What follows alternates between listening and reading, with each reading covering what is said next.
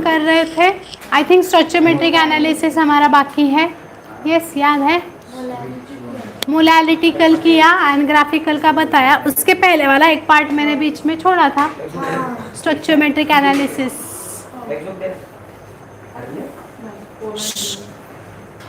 स्टोइचियोमेट्रिक analysis कौन सा है? नहीं, क्या हम बोले हैं कि बहुत सारे न्यूमेरिकल्स हो गए इसलिए वो न्यूमेरिकल्स हम कल करेंगे। यस, तो प्रॉब्लम नंबर 2.11 के लिए स्टोइचियोमेट्रिक एनालिसिस पहले क्या होता है वो समझ के लो। रिएक्शंस एंड स्टोइचियोमेट्रिक कैलकुलेशंस, तो उसी से बनते हैं स्टोइचियोमेट्रिक प्रॉब्लम्स।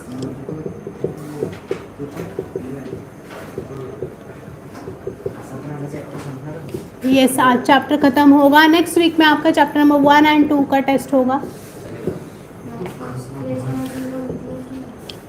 थियोरेटिकल है थोड़ा बहुत।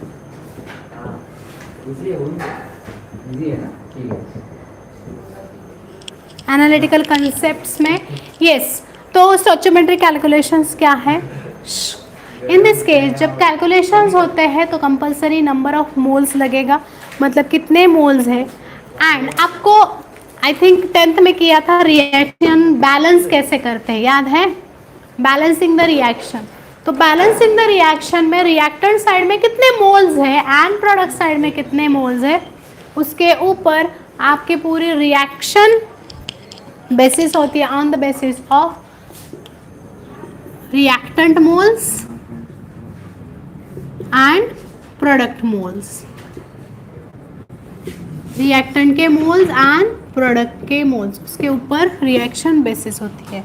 अनदर वन के रिएक्शन में L लिखा है, प्लीज अशांत, लिक्विड, G लिखा है gaseous medium, S for solid है, एरो अपवर्ड डायरेक्शन है मतलब गैस रिमूव हो रहा है, एरो डाउनवर्ड है तो प्रेसिपिटेट फॉर्म होगा।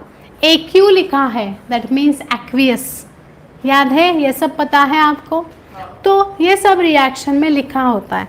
अब वॉल्यूम के हिसाब से STP स्टैंडर्ड टेम्परेचर प्रेशर ऐसे भी लिखा होता है। कभी कभी लिखते हैं NTP that is normal temperature pressure. ठीक है, ये ध्यान में रखना ज़रूरी है। अब जो कुछ भी हम न्यूमेरिकल सॉल्व करते हैं, मतलब स्टोइचियोमेट्रिक के प्रॉब्लम सॉल्व करते हैं, उसमें स्टोइचियोमेट्रिक कैलकुलेशंस यूज़ करना ज़रूरी है। मतलब कितने साइड, कौन से साइड में, लेफ्ट हैंड साइड मतलब रिएक्टेंट साइड में कितने मोल्स है एंड प्रोडक्ट में कितने मोल है। अगर बैलेंस नहीं है तो रिएक्शन बैलेंस करने का होता है।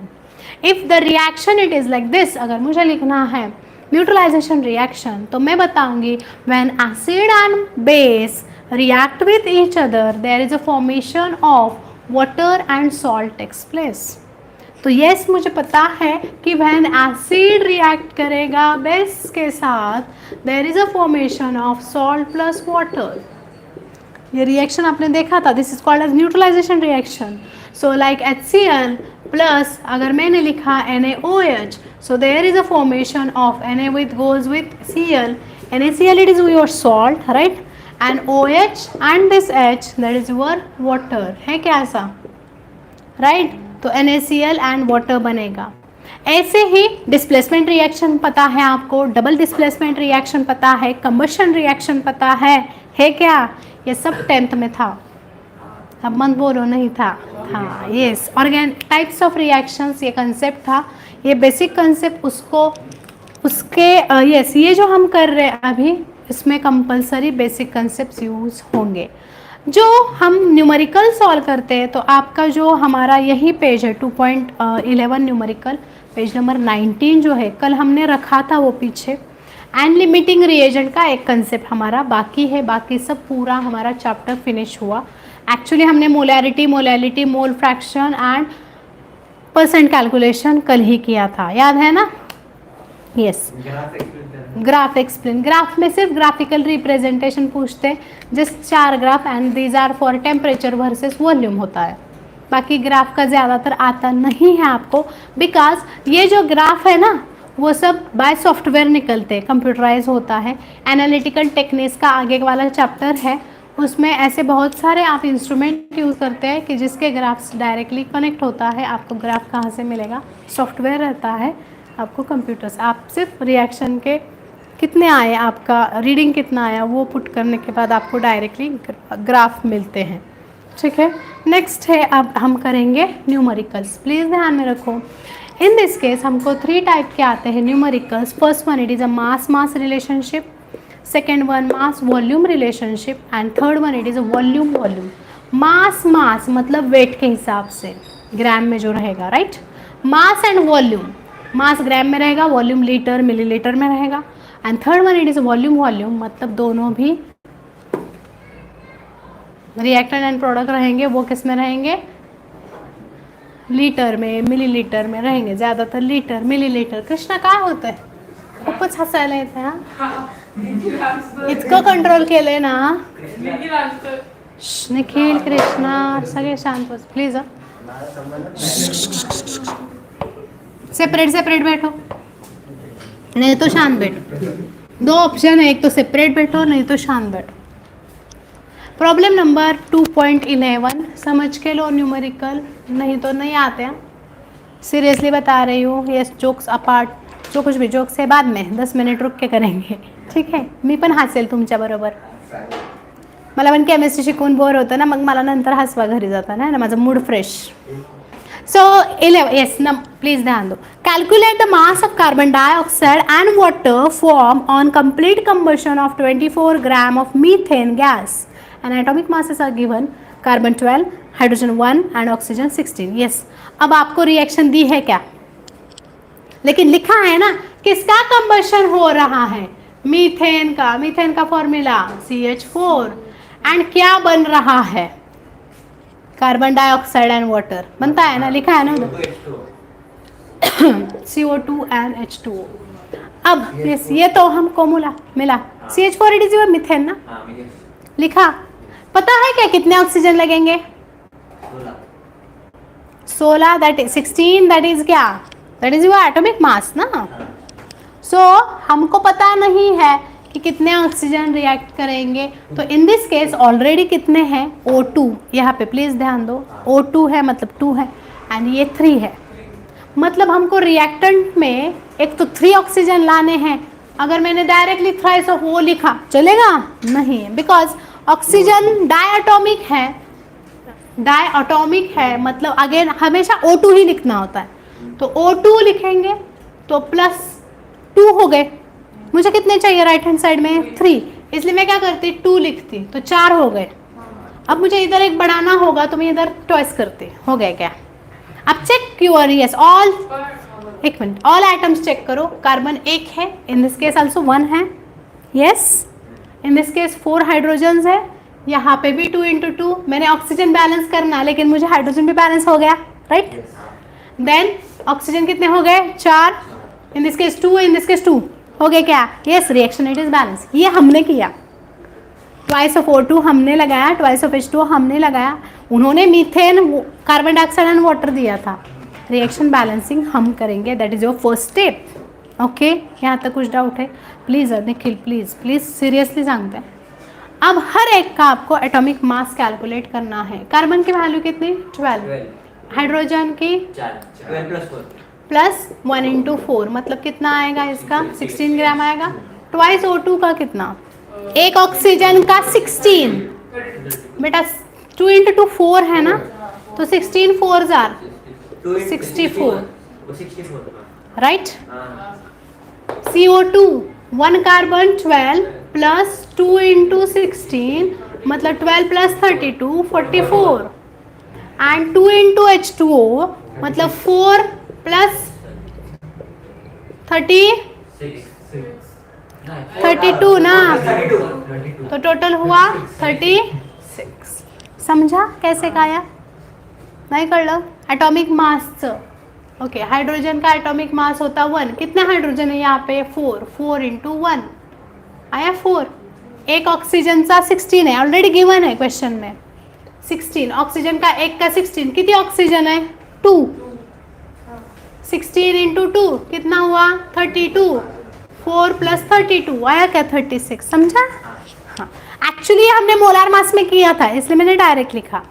अब आपको क्वेश्चन क्या है, यस क्वेश्चन है calculate the mass of carbon dioxide and water, कितना लगेगा।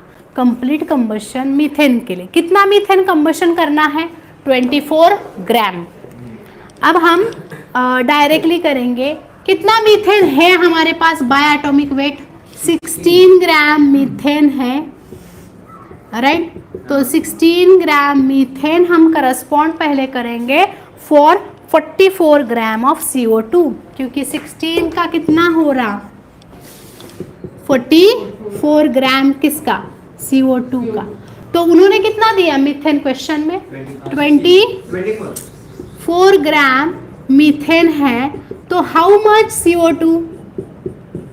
x gram of CO2। समझा? मतलब 16 ग्राम मेरा एटॉमिक मास है मीथेन का, उसका कितना आता CO2 का एटॉमिक मास? 44, वो हमने कैलकुलेट किया अभी। 24 ग्राम में कितना, वो हमारा क्वेश्चन है। Bye cross multiplication we can write here x multiplied by 16 equals to 44 multiplied by 24. तो x will be 44 multiplied by 24 divided by 16.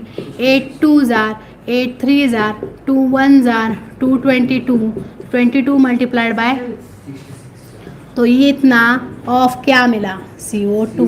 तो हमने x वैल्यू कैलकुलेट की, मतलब जब 24 ग्राम मीथेन का कंबशन होगा तो 66 ग्राम ऑफ CO2 निकलेगा बाहर, ये एक। ओके, अब दूसरा क्वेश्चन है, वाटर भी निकालना है। अब चेक करो, 16 ग्राम मीथेन के लिए कितना वाटर?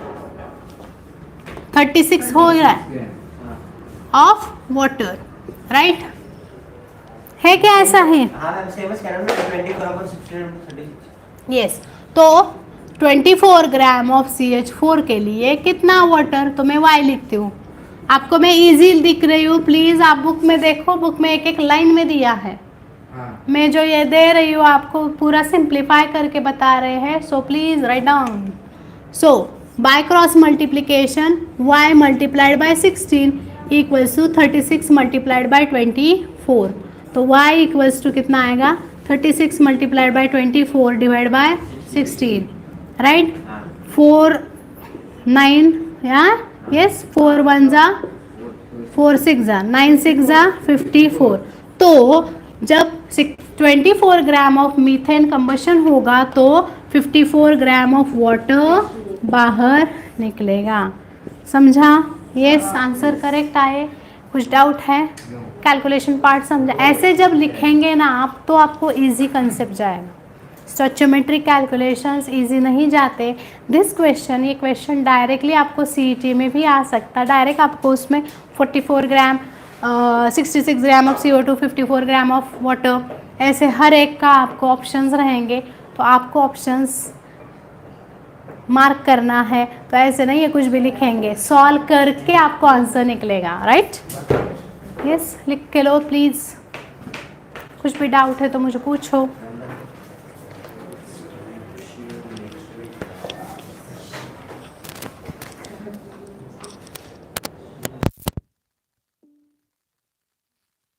It's 7:53 p.m.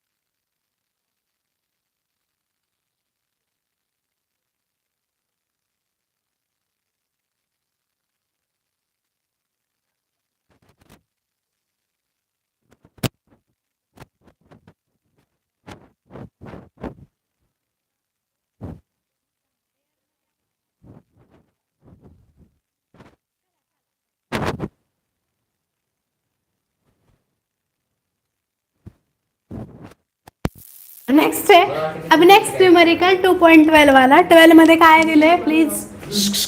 12 में गिवन है कैल्शियम कार्बोनेट का. अब वैसे ही निकालना है प्लीज. ध्यान दो. कैल्शियम कार्बोनेट इट गिव्स क्या होगा, CaO, calcium oxide plus CO2.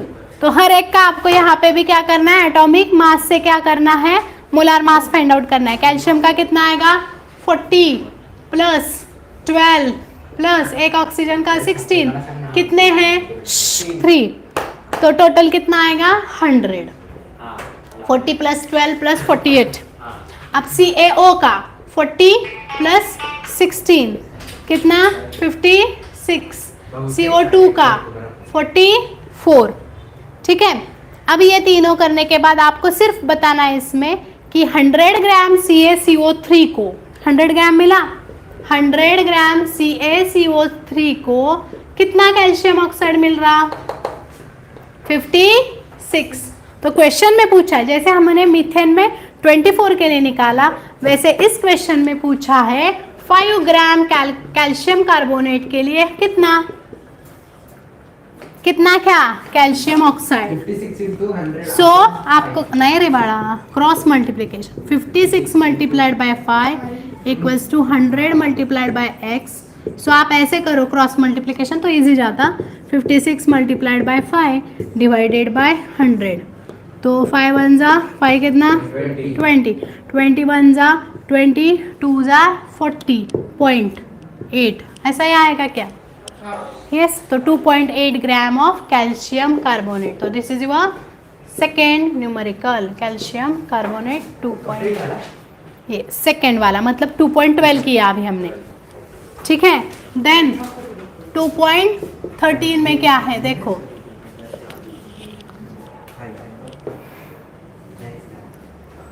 To 2.13 में दिया है, क्या डाउट है कुछ.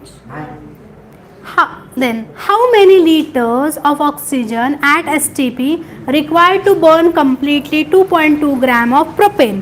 प्रोपेन का फॉर्मूला 3 प्रोपेन मतलब कार्बन 3 कार्बन, हाइड्रोजन कितने 8 हाइड्रोजन. प्रोपेन में 3 कार्बन होते, अल्केन CnH2n प्लस 2. तो 3 अगर कार्बन है तो हाइड्रोजन कितने आएंगे 8 आएंगे. सो प्रोपेन में 8 है. कितने ऑक्सीजन रिएक्शन में है O2. It gives O2, it gives CO2 plus H2O. अब हमको पता नहीं है कितने ऑक्सीजन, कितने हाइड्रोजन है 8. यहाँ पे कितने हाइड्रोजन है 2. तो यहाँ पे मैं 4 लिखती. यस 8 हो गए तो हाइड्रोजन बैलेंस हो गए.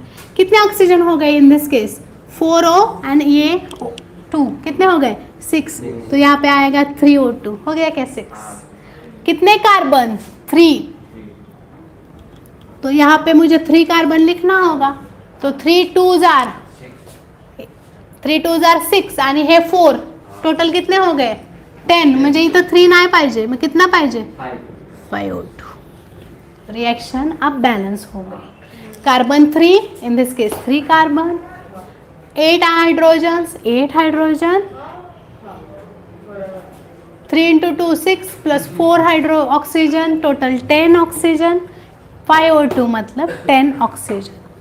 त्यांना बॅलन्स रिएक्शनच द्यायला नाही ते नाही. मग तुम्ही काय करायचं. अब 1 मोल फर्स्ट चैप्टर में हमने लास्ट पेज पे देखा था 1 मोल करस्पॉन्ड्स टू 22.4 लीटर वॉल्यूम रहता है, याद है क्या. First chapter last page number आपको कहाँ पे बताती हूँ, कहाँ पे मिल जाएगा वो कंसेप्ट है. पेज नंबर 10 के ऊपर. यस 1 मोल के लिए 22.4 लीटर. क्यों लीटर वाला ले रहे हैं यहाँ पे कंसेप्ट, बिकॉज ये जो आपको दिया है हाउ मेनी लीटर्स पूछा है, हाउ मेनी ग्राम्स पूछा क्या. तो ग्राम्स पूछते तो वैसे करते. पहले 2 न्यूमेरिकल जो हमने किए दीज आर फॉर ग्राम्स. अब जो कर रहे हैं वो लीटर वाला है, तो उसमें करस्पॉन्डिंग क्या लेंगे 22.4. कहाँ से आया वो मैंने बता दिया. अब 44 के लिए in this case C3H8 propane है. तो प्रोपेन का एटॉमिक मास कितना होगा, कार्बन 12 दिखाता है, 12 into 3 राइट, प्लस कितने hydrogen 8. 36 plus 8 44 and 3 of CO2, एक CO2 को कितना 22.4, तो 3 ऑफ CO2 को तो सॉरी ऑक्सीजन को कितना, एक ऑक्सीजन को कितना 22.4, तो 5 ऑक्सीजन को कितना 5 multiplied by 22.4, it will be 110 litre. 22.4 110 आता है क्या 22.112 112 लीटर।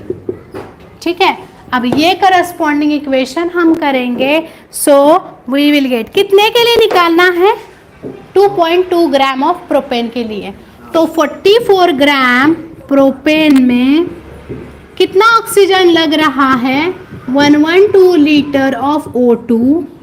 सो 2.2 ग्राम प्रोपेन में कितना, by cross multiplication 112 multiplied by 2.2 equals to, अगर ये मैंने x पुट किया x मल्टीप्लाइड बाय 44, तो x की वैल्यू निकाल दो 112 multiplied by 2.2 divided by 44 and इसका आंसर आपको मिलेगा दैट इज योर 5.6 एंड ये होगा O2।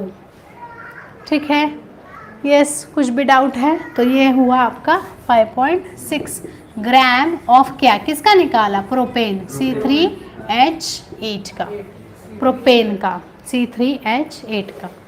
राइट डाउन, इम्पॉर्टेंट है हाँ, ये चारों भी न्यूमेरिकल्स इम्पॉर्टेंट है। 2.3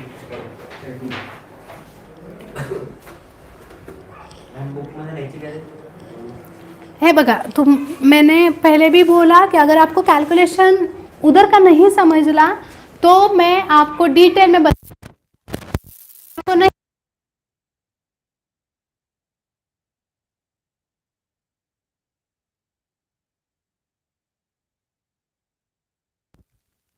It's 8 or 9 p.m.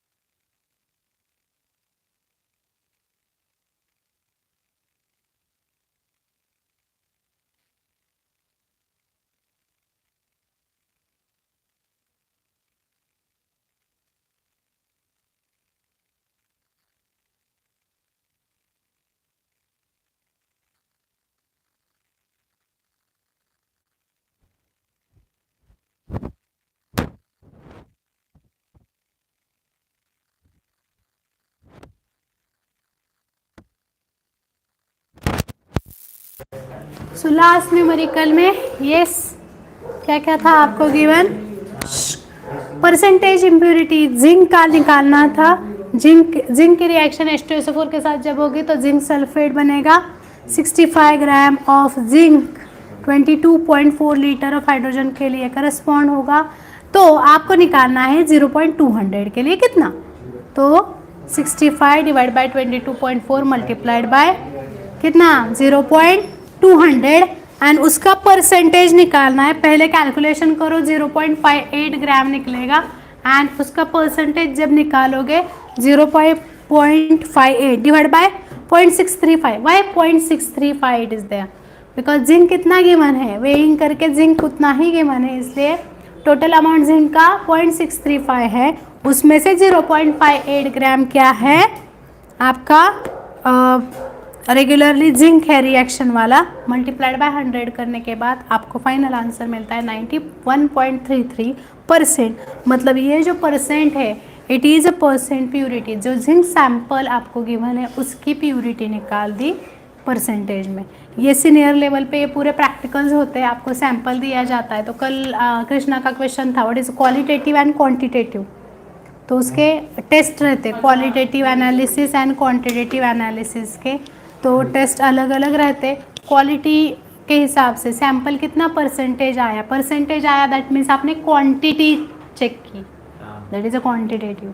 एंड जो सैंपल है उसकी क्वालिटी कैसी है, दैट इज़ योर क्वालिटेटिव। ठीक है, चैप्टर नंबर 2 हुआ, फर्स्ट एंड चैप्टर 2 दोनों का टेस्ट होगा आपका फ्राइडे को। ठीक है, चैप्टर 1 एंड चैप्टर 2 का। थँक्यू। काय झालं? काय नाही.